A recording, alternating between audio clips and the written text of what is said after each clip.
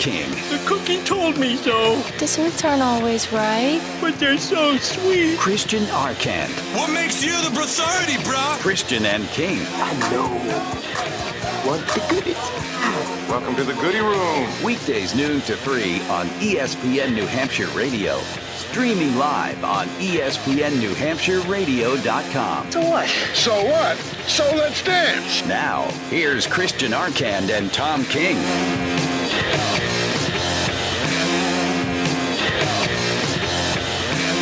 Well, good afternoon. Christian and King here, ESPN New Hampshire, streaming live on the ESPN Radio app and on ESPNHradio.com, ESPNNHradio.com. I know my own website. Christian Arcand here with you. Tom King's on vacation. He'll be back on Monday.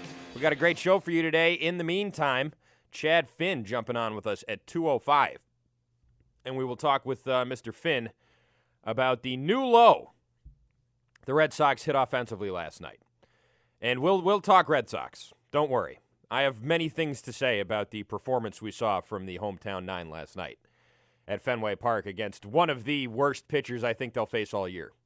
Worse, maybe even worse than Nuno. What we saw last night was pathetic. And we will certainly get to that in a little bit. Matt Langoni will jump on with us at 1 o'clock as we discuss NBA free agency. Lots of interesting things going on there. Last time we spoke, folks, yesterday, Chris Bosh had been offered a max contract by the Houston Rockets. A max contract. The original report that I got was 4 years, $96 million. That has now been amended to 4 years, $88 million, which means $22 million a year for you math majors out there. And I'm still very, very much stunned by that. A couple news items today. The Celtics have appeared to back off of their negotiations with Chris Humphries to try and re-sign him. No surprise there. Didn't think he would be back. Thought maybe they'd trade him before the season was over because he's an expiring contract, but they couldn't even do that. When we have Langoni on today, I don't even really have much to say about the Celtics. I honestly don't. James Young is out for the summer league with an injury.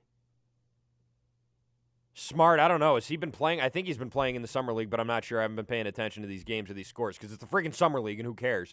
And also because, listen, I don't think Marcus Smart's going to be the type of guy that's going to put up crazy numbers in the summer league to begin with. Okay? He's not going to be putting up 45 points in the summer league or in the NBA for that matter. It's just not his game. So really, Celtics and all of that is kind of secondary to me right now when it comes to this NBA.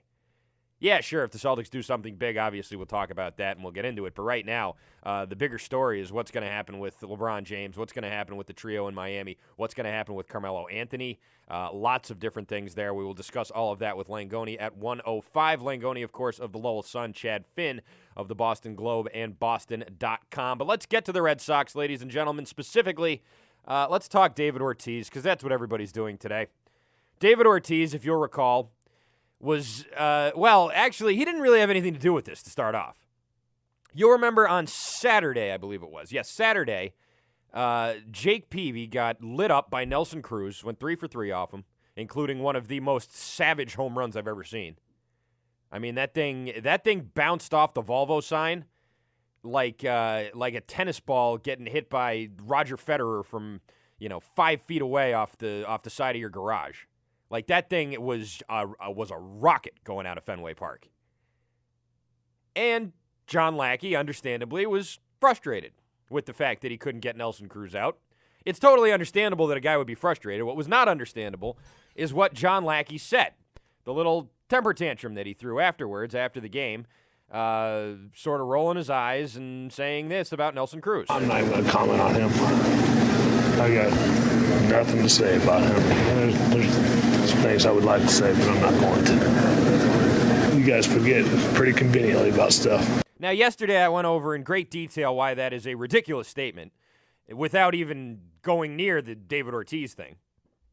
And, I mean, obviously that's sort of the elephant in the room, but, I mean, it's a ridiculous statement, first of all, because, A, the people in that room that he was talking to when he said, you guys forget these things so conveniently, no one in that room forgot that Nelson Cruz was suspended 50 games by the league. I'm sure many of them reported on it. What are they supposed to do? Every time he goes 3 for 3, they're supposed to say, and biogenesis guy who got suspended, Nelson Cruz did that. No, of course not. That's ridiculous. If that's the way that they wrote all their stories, then yes, they would have to write that story about David Ortiz. But no one actually said David Ortiz's name until MLB Network, a couple of guys there. I don't know their names. I did not happen to catch the segment that Ortiz was very upset about, and he was very, very upset about it. Let me see here if I can get these. I don't know who these guys are that said it. But anyway, Lackey said what he had to say. Then Buck Showalter said this on Mike Lupica's podcast. Here's Buck Showalter. You usually don't hear those comments after, a shutout or something. I mean, The guy's doing really well. I mean, he's up throwing 93, 95 again, and he's got one of the top ERAs in American League, which with the DH means in all of baseball. I think everybody needs to make sure that their own backyard's real clean, Mike.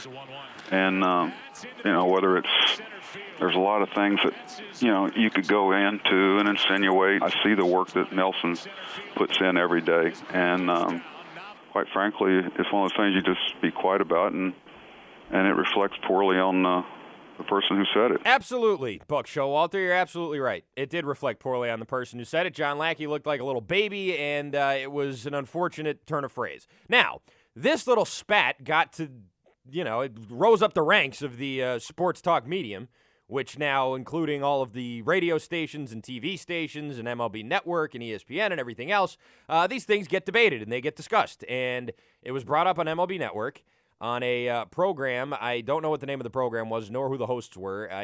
Ortiz didn't say it in his angry rant to WEEI.com today, which I will read for you in a second. But the gist of the comments from MLB Network was that David Ortiz has been getting a free pass by the major leagues and Major League Baseball fans in general, despite his transgression back in 2003 when he failed a drug test, and then 6 years later, it was revealed that he had failed the drug test in 2003, back when there was no drug testing program.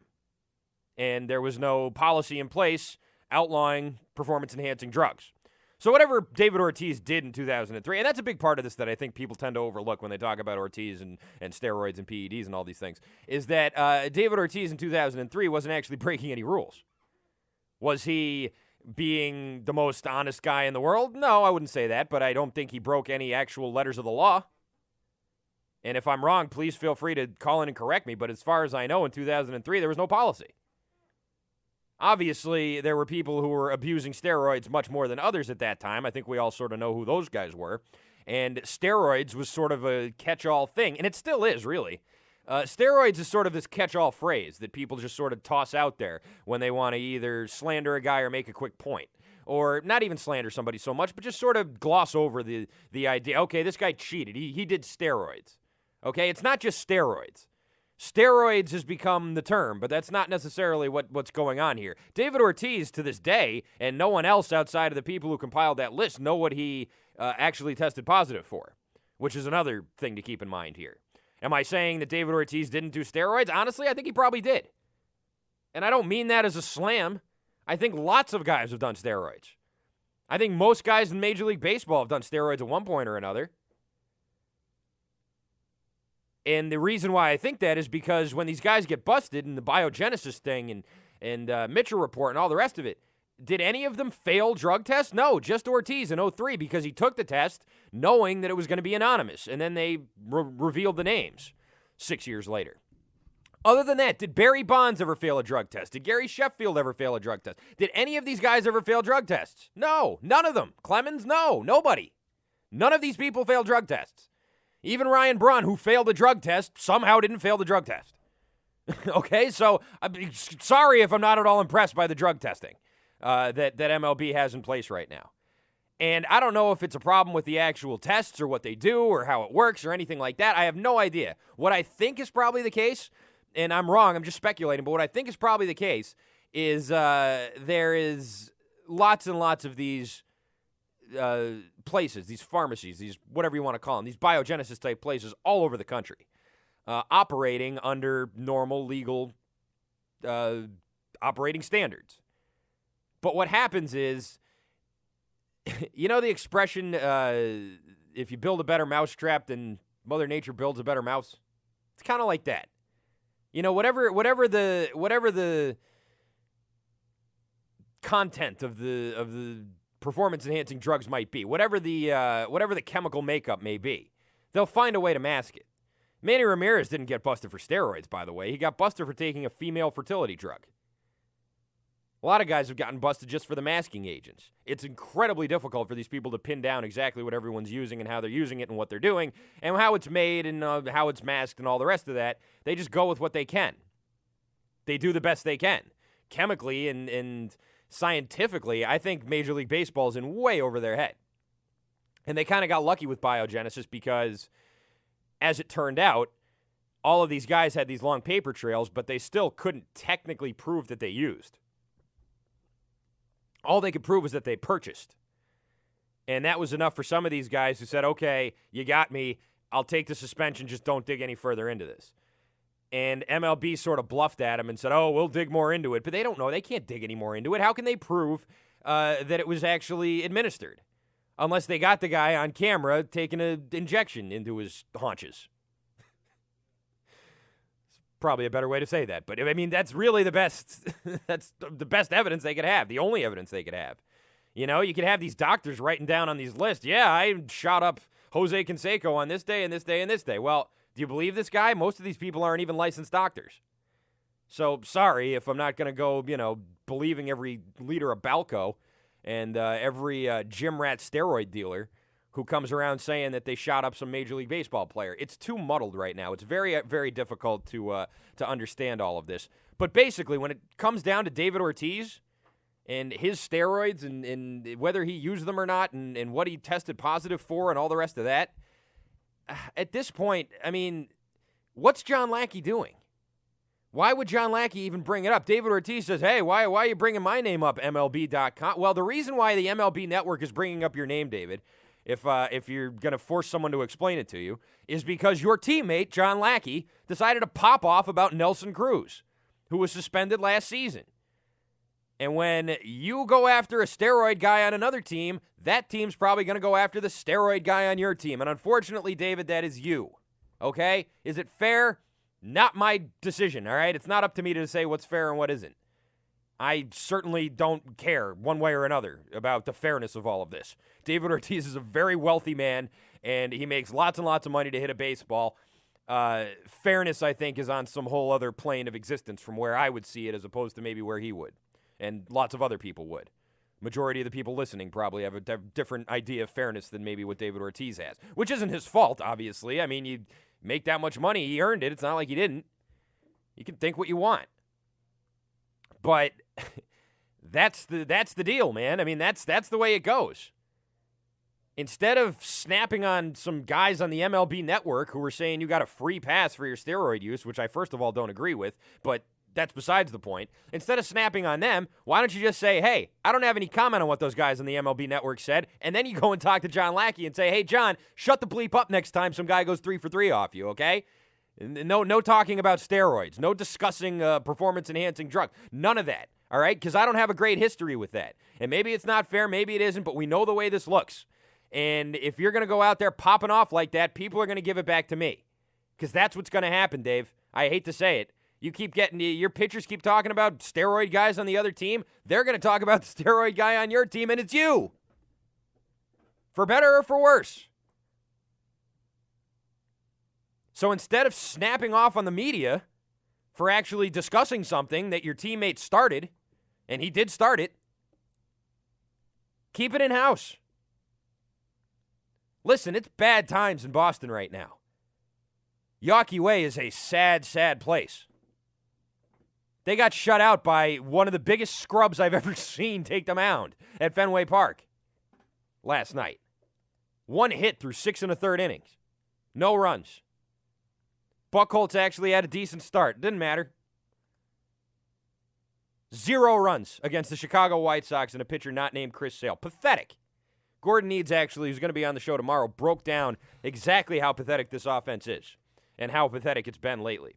And we'll certainly get into that in the next couple of minutes. But, I mean, you know, for this to be going on the way it is, for this season to be going the way it is, for these guys, for this offense to be so futile and just so weak and so devoid of any pride or anything. Yeah, 2 hits last night.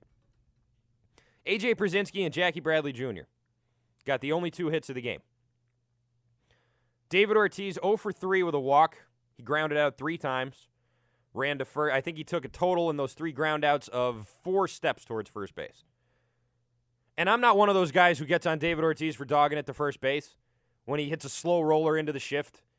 You know, you can run it out if you want to, but listen, it's not at this point in the season, I don't want to see David Ortiz pull a hamstring, busting ass to first base on an easy ground out. I really don't. I'd rather he dogged it and hit home runs than start, hustling like Dustin Pedroia on every single ground out and pull up lame. We've seen that happen before. David Ortiz is not exactly graceful running the bases. If he's got to dog it to first every once in a while or all the time on a slow ground ball, fine. All right? It's better than the alternative as far as I'm concerned. Because he's going to be out one way or the other, and this way he's not going to hurt himself. So, fine. Pedroia wants to bust ass to first base. The rest of the team wants to do it, fine. David Ortiz doesn't want to do it. Doesn't bother me. But, you see on their faces, in their body language, all over the place, this team is defeated. And I hate to keep using the word rock bottom, but everybody's using it today. It's not like it's a new thing. This is about as bad as it gets. Gordon Eads posted late last night, I think about 1:30 a.m. last night, an article on ESPNBoston.com, and the headline is, Sox offense can't get much worse. 10 takeaways from Yawkey Way, where he says the ticket scalpers are wondering if they'll be eligible to collect unemployment. It's another thing. Have you ever seen a turnaround like this in terms of fan support? 0 All-Stars. Fans have given up, and John Farrell's kind of given up too. He still puts on like a smiley face for the media and everybody, and he hasn't really shown his frustration. But you know what?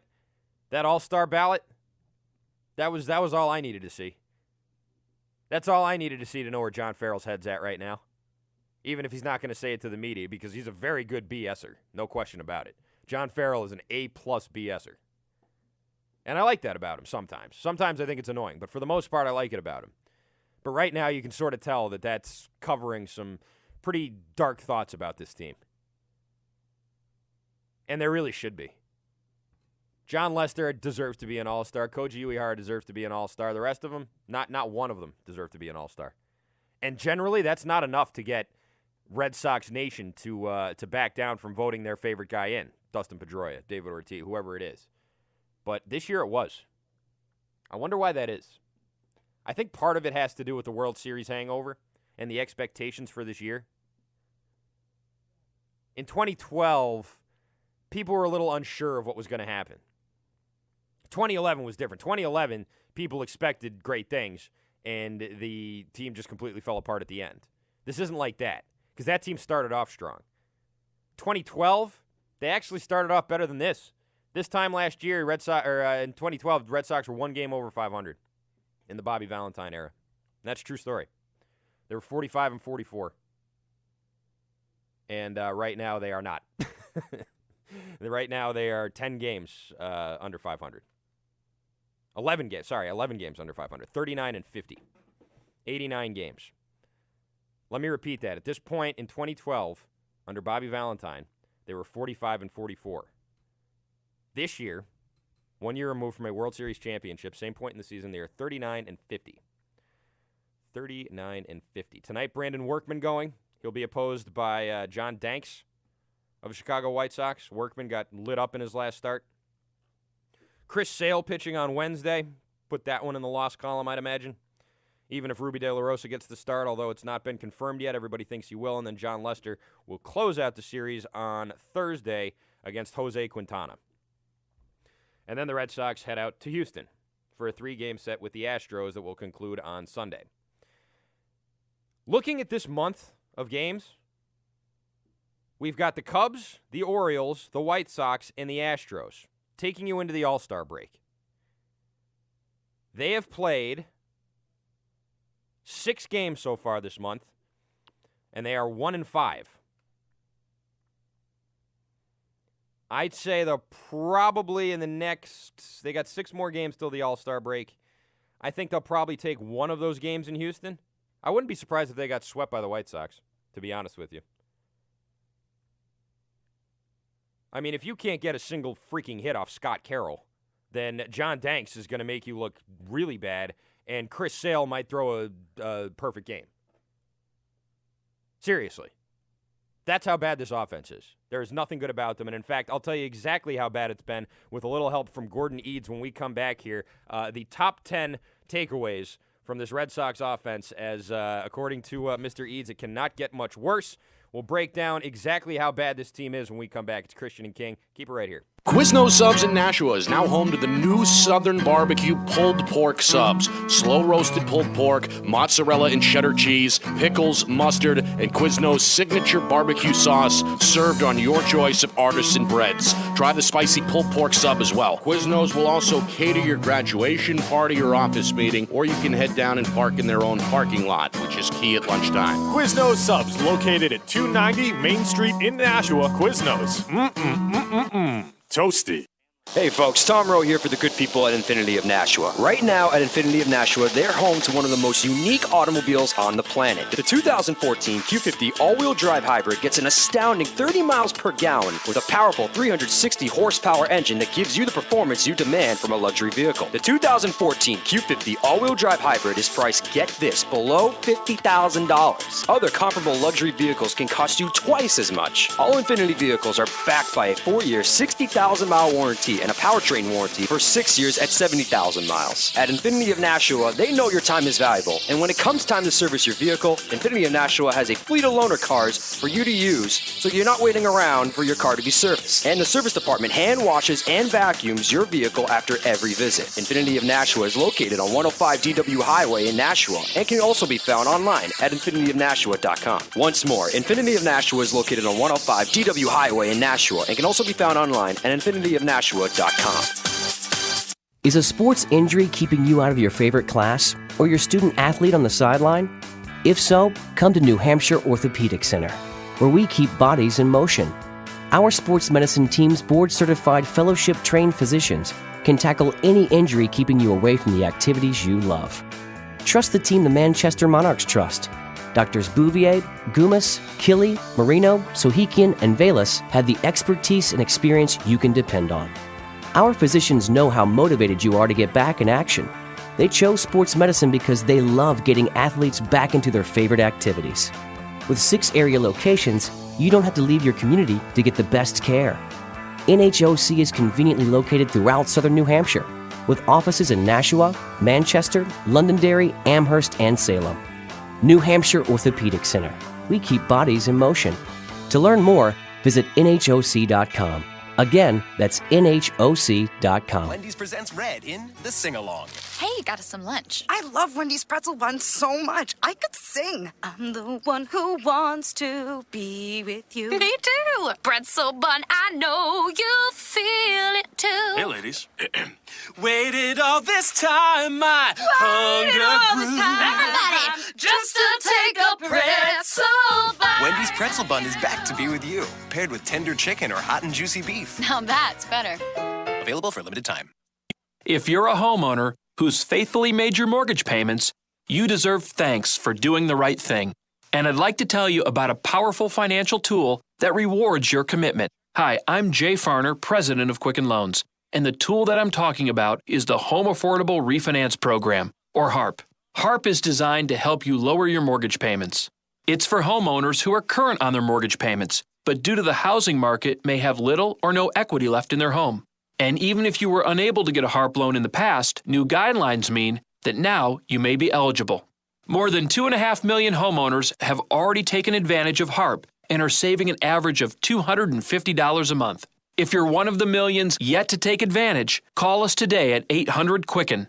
To learn more, call Quicken Loans today at 800-QUICKEN or go to quickenloans.com. That number again is 800-QUICKEN. Important terms and conditions apply. Call us for cost information. Equal housing lender. Licensed in all 50 states. NMLS number 3030. It's time to stop worrying about driving too many miles and eliminate mileage constraints. Holloway Motor Cars of Manchester is proud to announce the bold changes to the Mercedes-Benz Certified Pre-Owned program.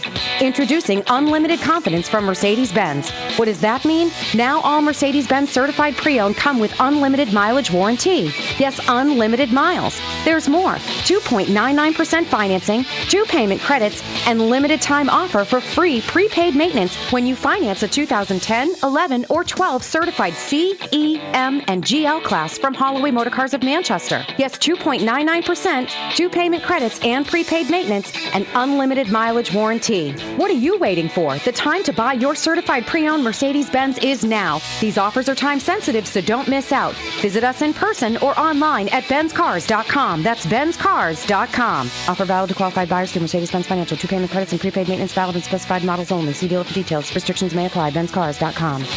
Text the word join to 50352 and join the ESPN New Hampshire Text Club. Scores, standings, trades, and rumors. This is the ESPN New Hampshire Sports Center. The Boston Red Sox woeful ways continue as they could only muster 2 hits against the Chicago White Sox en route to a 4-0 defeat. The Sox are now 1-6 on the homestand. In the loss, Clay Buchholz pitched well again since coming off the disabled list. Manager John Farrell feels Clay is starting to find his way. Within each outing, it's improved the touch and the feel of it as he's gotten into the given outing. I thought he started to throw some very good changeups, probably the 4th inning on tonight. A couple of strikeouts, one to Ramirez. I think he's doing a much better job repeating his delivery post the DL stint.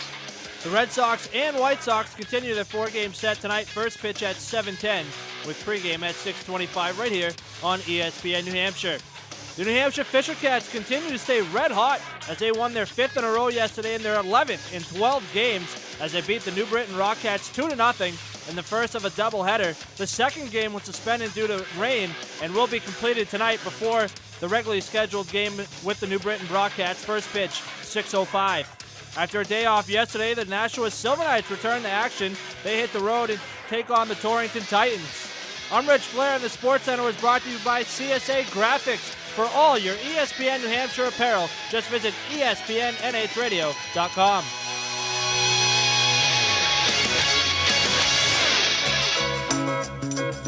Local sports talk for the New Hampshire sports fan.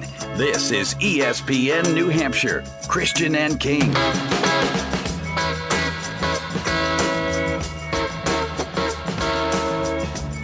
We're back here on Christian and King, 603-883-9900, your phone number, 883-9900. Put that in your speed dial, folks, because I have got a prize for you. Yes, I do. The first of many, by the way, that we're going to be giving away this week. In case you're not aware, the New Hampshire Motor Speedway got a little race coming on this weekend. And I got not just tickets for the race, I got passes to sit in the suite with Dale Earnhardt Jr. That's right. You hang out with Dale Jr. during the Star Green 200, which is this Saturday at 3:30.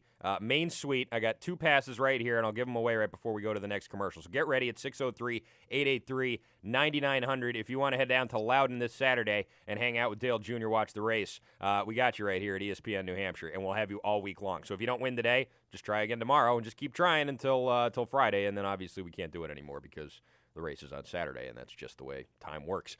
But, yeah, keep it ready. 603-883-9900. That's 883-9900. Very excited about this promotion. All right. Before we get to the good stuff, we've got to take the bad with the good. And the Red Sox are very bad. I think we all know this. Texter says, does this season prove how lucky the Sox were last year and what a fluke it was? It doesn't disprove that by any means, Texter. I think you're certainly not wrong in implying that may be the case. I don't think that the offense is this bad, and I don't think last year's offense was that good. I think the truth is somewhere in the middle, and I know that's sort of a cop-out answer, but I really do believe that, so I don't think it's that bad. I don't think anybody would have assumed that the offense could be this bad this year. And I mean, like, one of the worst offenses I've ever seen. And let's talk about just how bad this offense is. According to Gordon Needs, the Sox offense can't get much worse. Red Sox report on ESPN Boston. Well, the Red Sox have been shut out 9 times this season. That puts them on pace to be blanked 16 times. Be the most times they've been shut out in a season since 1990, which that team went to the playoffs. There's only 2 teams in Red Sox history that have been shut out more times than that. The 1974 team was shut out 17 times, and the 1917 ball club shut out 23 times.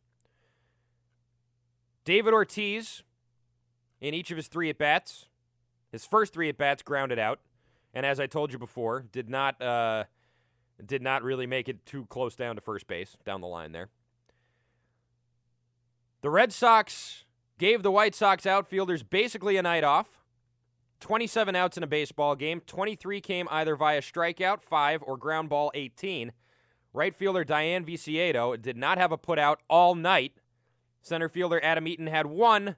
Left fielder Alejandro Diaza had 3. That's 4. 4 balls that got out of the infield in the air. That's not counting the 2 hits, obviously. There were 2 hits.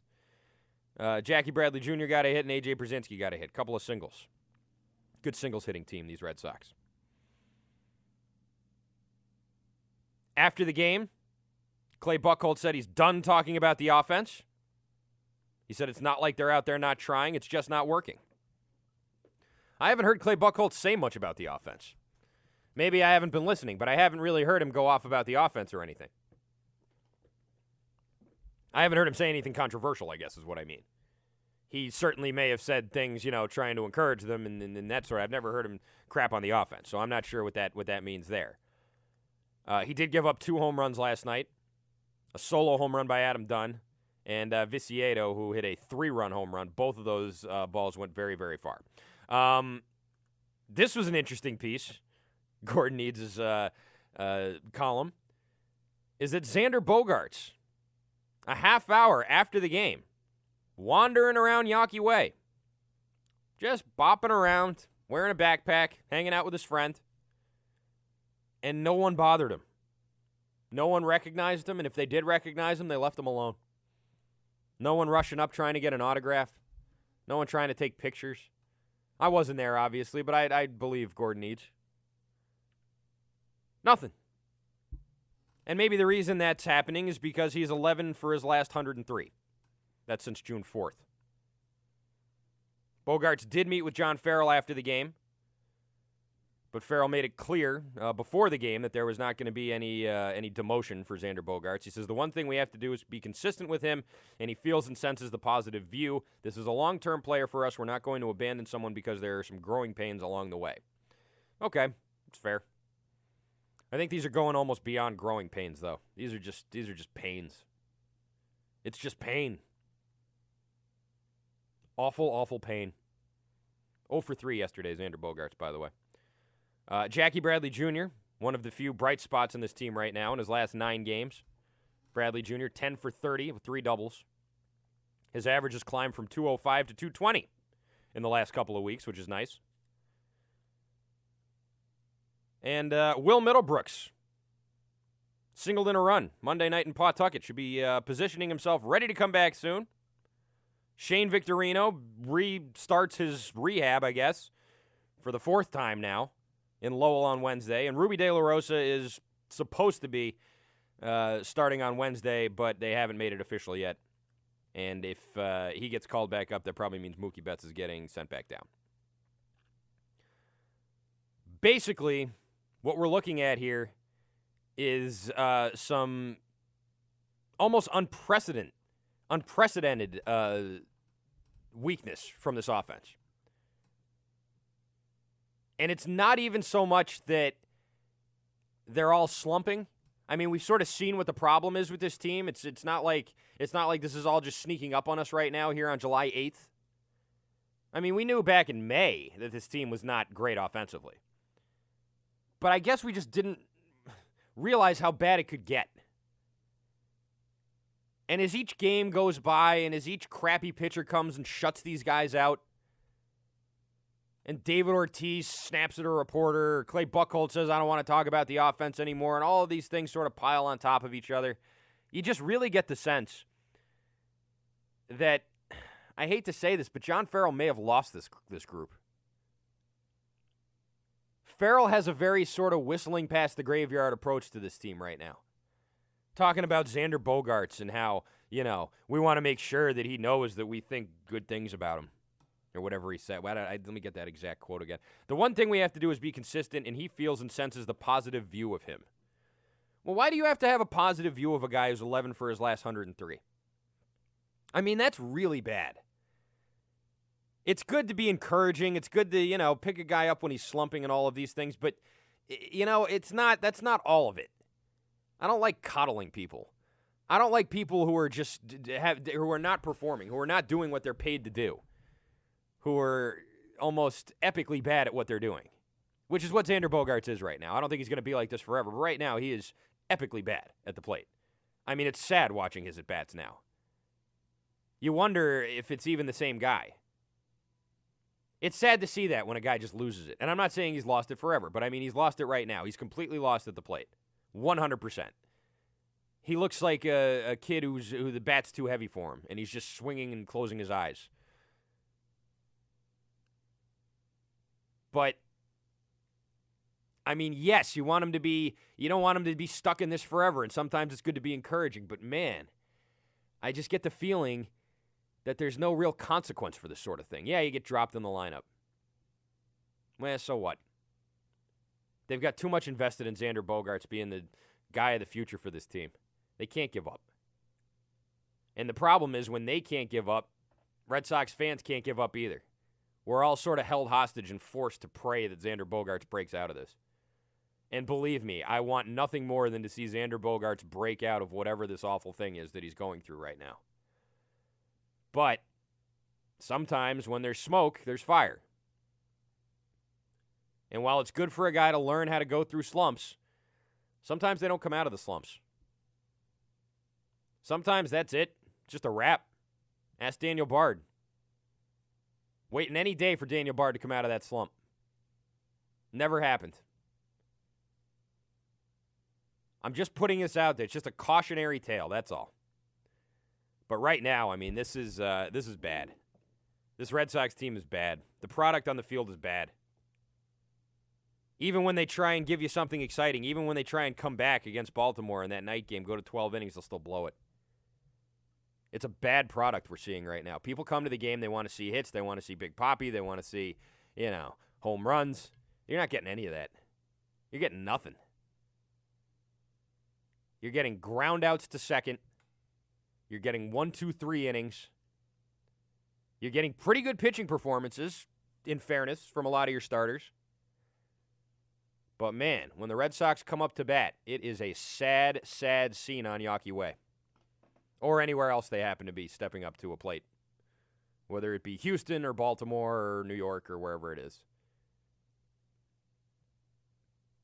And for the first time in a while, Red Sox fans can sort of relate to a team like, say, the A's of the past few years. Not this year, obviously. The A's are great this year. Or the Rays, or some of these teams that have good pitching staffs and just anemic offenses, which seems to sort of be the new thing around baseball these days. You notice that? That's why, I mean, the Reds, and it's sort of league-wide. The pitching has gotten much better, and offense, almost across the board, is very, very down. Home run totals are down. Slugging percentage is down. Every extra base hits are down. Everything's down. The pitchers get that much better? What's going on here? And why does it seem to be affecting the Red Sox so specifically? 603-883-9900. That's your phone number, 883-9900. You can text in 50352. But right now, folks, I got a pretty cool prize for you right here. And I'm going to be giving these away all week long. The New Hampshire Motor Speedway up in Loudon, hosting the NASCAR Sprint Cup Series and the Star Green 200, which is going on Saturday, July 12th, 2014. There's 2 races that day. It's a doubleheader. And this is the second race of the day. The first one is the Sunoco 100, and that's at 1 o'clock. But this one, the Star Green 200, starts at 3:30. And right now I'm holding in my hands 2 passes to go up into the main suite 5, which just so happens to be the suite that belongs to Dale Earnhardt Jr. And he will be up there, and he will be hanging out. He'll be watching his drivers in the Star Green 200, and you can be up there too, and you can bring a friend. Give me a call right now, 603-883-9900. That's 603-883-9900.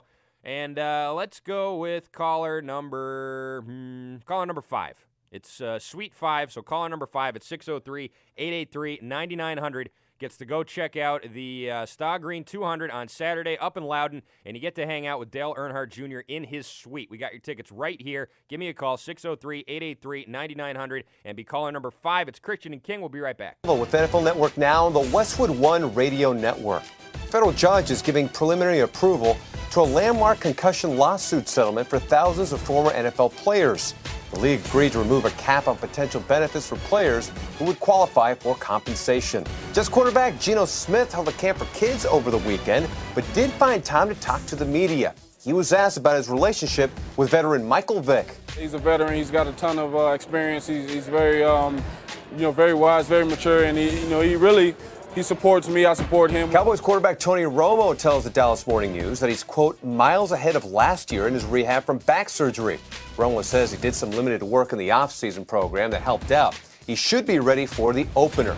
Who will claim the number one spot on the top 100 players of 2014? Find out Wednesday at 9 p.m. Eastern in the 2-hour finale on NFL Network.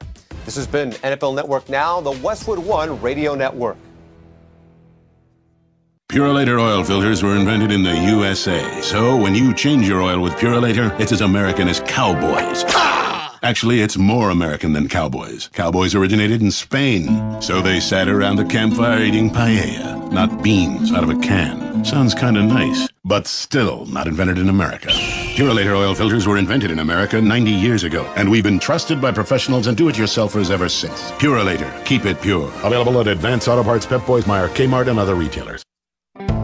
The Home Depot has Glidden Premium Paint and Primer starting at just $19.97 a gallon. So, let's roll with the best value paint and primer in one that's been top rated for 4 years in a row.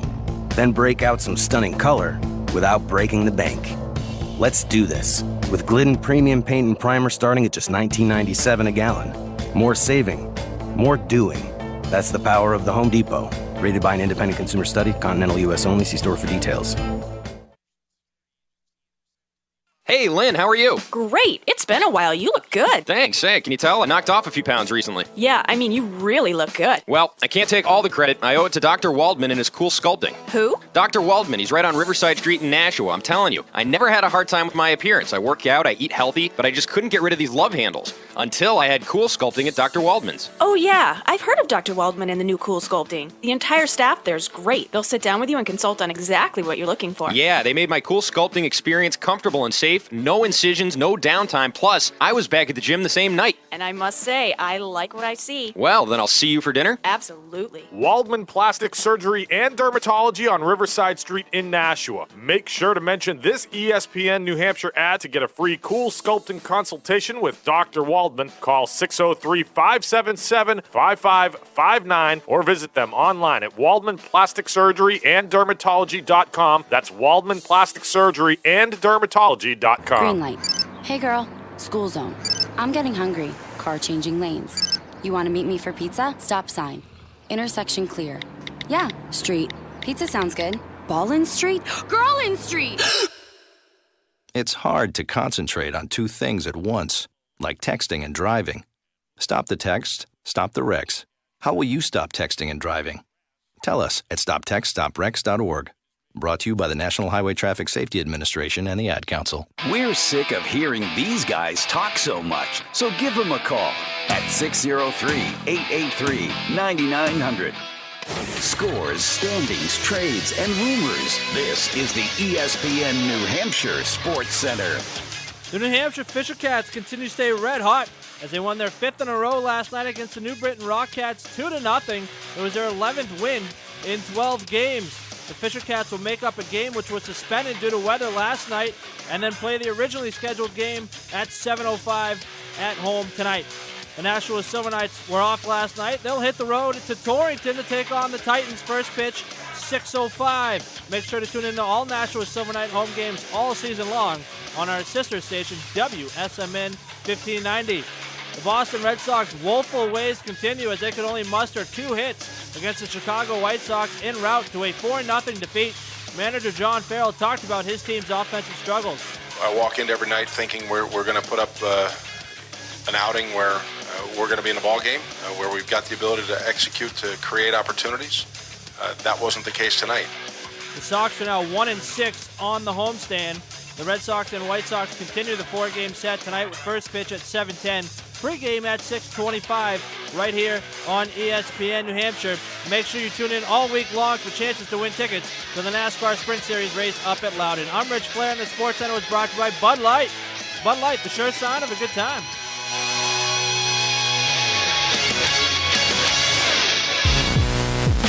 This is the sports station with granite roots. This is ESPN New Hampshire. Christian and King.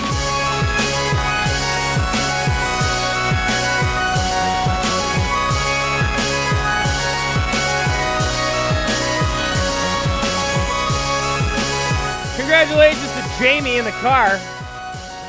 He is your winner today, and he'll be hanging out with Dale Earnhardt Jr. on Saturday in Loudon, up in the suite.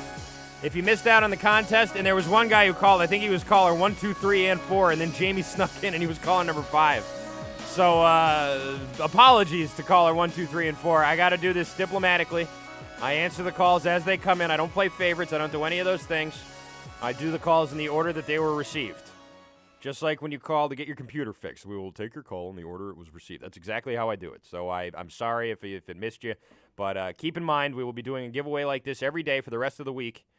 And, well, frankly, you listeners out there, you got a good chance to win. Let me just put it that way. Keep trying. And I'm pretty sure everybody who wants to go hang with Dale Earnhardt Jr. on Saturday is going to get a chance to. And if not, become friends with Jamie because he's got 2 tickets. You got 4 days to become best friends with Jamie in the car. And maybe he'll use his other ticket and give it to you. 603-883-9900, your phone number, 883-9900. We haven't discussed a lot of NBA free agency yet today, but we will do that in about 15 minutes when I'm joined here by Matt Langoni of the Lowell Sun. And we will talk about a lot of things. I didn't want to talk much Celtics, but now there's a new report coming out here from Gary Zen of the Boston Globe saying that the Celtics are still after Kevin Love, and now it's getting desperate. Let's get to this real quick. Danny Ainge still looking for creative ways to acquire Love. Gary Washburn wrote in Tuesday's Globe that a league source told him that Ainge is attempting to gather assets to acquire Kevin Love, convince he can devise a package that would entice Minnesota T-Wolves president Flip Saunders to move the All-Star, who will be a free agent. Those assets might be acquired from teams looking to clear cap space and sign a major free agent like Carmelo Anthony, LeBron James, or Chris Bosh. The Celtics have $10.2 million trade exception, $10.2 million in trade exception that they have to use by Saturday or else it expires. The theory is that the Celtics could use their future draft picks and a player like rookie James Young or Avery Bradley to an established player from another team that they could then flip to Minnesota for Love. On their own, the Celtics don't have established players that Minnesota wants, and the Wolves aren't believed to be interested in a deal for Love that returns only draft picks. Celtics are very quiet in free agency so far, leading others around the league to guess that something might be up, especially after Wick Grousbeck promised fireworks earlier this offseason. That's all coming from Gary Zen of the Boston Globe and Boston.com. It's interesting. It's an interesting thing. I assume that there would probably be some sort of 3-team trade if the Celtics were going to do anything here. That they'd get a third team involved that actually wants the picks and the prospects and the young players, and then that team would give Minnesota the established guy that they want, and then Minnesota would give the Celtics Kevin Love. I think the problem is too many teams want Kevin Love, don't want to help the Celtics, and they say, hey, if we're going to make a trade, what do we want? The Celtics draft picks and the Avery Bradley, or do we want Kevin Love? Well, if we can get Kevin Love, let's just get Kevin Love. You know? Like, what? Why even get involved in this? The Celtics package isn't just unappealing to the Minnesota Timberwolves, but their potential trade packages are unappealing to everybody. There's no team out there that looks at what the Celtics have, the assets that they have, the picks and players that they have, and think, man, I'll move a guy to get that. No, it's not like that anymore. Kevin McHale is not in Minnesota anymore. No one's trying to help the Celtics out this time around. Sad to say. But it is an interesting proposition what Danny's thinking about now. I think he realizes that no one really wants what he's got. So what they're going to try and do is make smaller trades.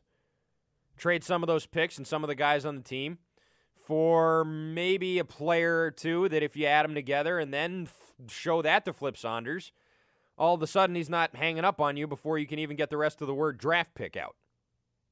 Maybe. Maybe not. The Celtics have been very quiet in this offseason. making both of their draft picks, and then not doing anything else. All we've heard so far today is that they have backed off on their attempts to re-sign Chris Humphries, which means that the team with 7 power forwards is now down to just 6 power forwards. Progress. Progress, people. 603-883-9900. That's 883-9900. You can text us over at 50352. Christian and King. Just me today, no King. I guess, I'll save this for later. Mark Jackson, former Golden State Warrior coach Mark Jackson, was fired after getting in a lot of disagreements with the new management and rumors floating about that he was really going overboard with trying to bring the Bible into the locker room, and that he had a very hardline stance on Christianity and sort of made the team get in lockstep with it, or they would have problems. Remember Brian Scalabrine getting let go? A lot of weird stories out of there. Well, Mark Jackson yesterday, I think, whenever it was in Los Angeles, standing on a street corner, preaching the Word of God. And it went a little something like this. Can't serve two masters. Matthew 6:24. Can't serve two masters. You're going to hate one and love the other. Or you'll be devoted to one and despise the other. You can't serve two masters. His name is Jesus. His name is Jesus. Okay, just real quick. He's standing on the corner. There's like 5 or 6 kids around him, teenage girls and boys, and they're reading from the Bible, and he's sort of repeating what they're saying, and they're kind of feeding off each other and going around. But he has his refrains that he just keeps going back to. I think Mark Jackson just wants to be a preacher. I'm not sure exactly how basketball fits into all of this. But, like the separation of church and state, I think you have to separate church and basketball, Mark. I'm just thinking, I mean, you might have some guys in there who aren't Christian, for example. And this sort of thing might make them uncomfortable if you're preaching it in the locker room like this. Here's more from Mark Jackson and his street corner preaching. What's his name? Jesus. What's his name? Jesus. What's his name? Jesus. What's his name? Jesus. Who you serving? Jesus. Who you deciding on? Jesus. Who's your master? Jesus. Who's your joy? Jesus. Who's your strength? Who's your redeemer? Who's your waymaker? Who's your savior? Who's your doctor? Who's your lawyer? You just say, who's your doctor, Jesus? Who's your lawyer, Jesus? Was Jesus your lawyer, Mark Jackson, back in 2006 when you got extorted by a stripper? Who you paid thousands of dollars to cover up the fact that you had an affair and she took a bunch of pictures of your junk? Was Jesus your lawyer then, Mark? Just wondering. Go on. What's his name? Can't serve two masters. Can't serve two masters. You said that about the Masters, Jackson. Get on with it. Can't serve two masters and be saved. Read it again. For I am God, and there's no others. Not Buddha, not Muhammad, not Islam, not the Church of Scientology, not money. What does the word say? Look at me and be saved, all you ends of earth, for I am God and there is no other. Jesus. Somebody say Jesus. Jesus. I am Jesus. I love the way he says that. Say it again. Oh, man, I lost it.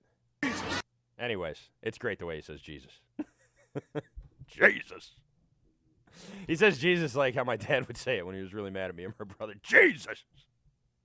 Buddha, not Muhammad, not Islam. Not any of them. Not the Church of Scientology, not money. What does the word say?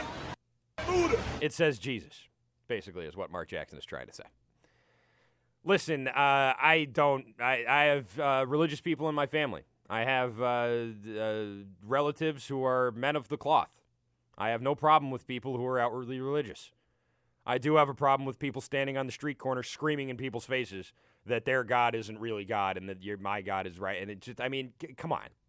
Come on, Mark Jackson. Get it together, man. Like, you want to be a preacher, just be a preacher. But if you're going to be a coach in the NBA, you're going to do anything else, you gotta at least chill out a little bit. I'm not saying there's no place for religion in a locker room. People pray together all the time in locker rooms. But they pray together. They don't have some crazy guy on a street corner screaming in their face that they can't serve two masters and my lawyer is Jesus. okay? Just chill out. I don't think Mark Jackson's going to get another job in the NBA. Hopefully, I think he is a preacher already. Him and his wife, I think, are both preachers, which is often what happens when a guy gets extorted by a prostitute for thousands and thousands of dollars and has to go to the FBI for help about it. A lot of times when that happens to a public figure, they suddenly become all about Jesus. You notice that? Screw Mark Jackson. Honestly. I hope he never gets another job in the NBA again. All right, coming up next, Matt Langone, Lowell's son, joins us here. Christian and King will talk NBA free agency with him. Chad Finn at 2:05. Christian and King, just Christian flying solo today. Keep it here.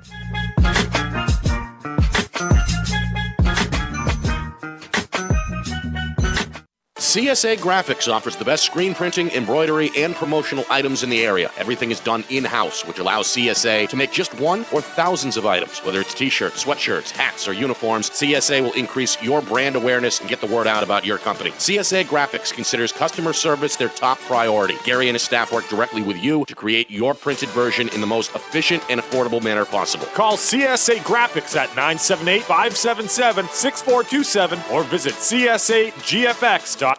There's a place where action and adventure have no boundaries. A place where sunrise to sunset all summer long, you can find an adventure around every turn. It's the Mountain Adventure at Cranmore, right in the heart of North Conway. Cruise down the mountainside on our mountain coaster, a thrill ride that screams through crazy twists and turns. Get into the trees at Aerial Adventure Park with 5 different rope courses for different ability levels. Conquer Cranmore's new climbing wall or soar the 700-foot soaring eagle zip line. There's summer tubing, giant swing rides, bouncy houses, gem mining, and action for all ages. Cranmore is the summer playground where you can play all day. So come, find it all summer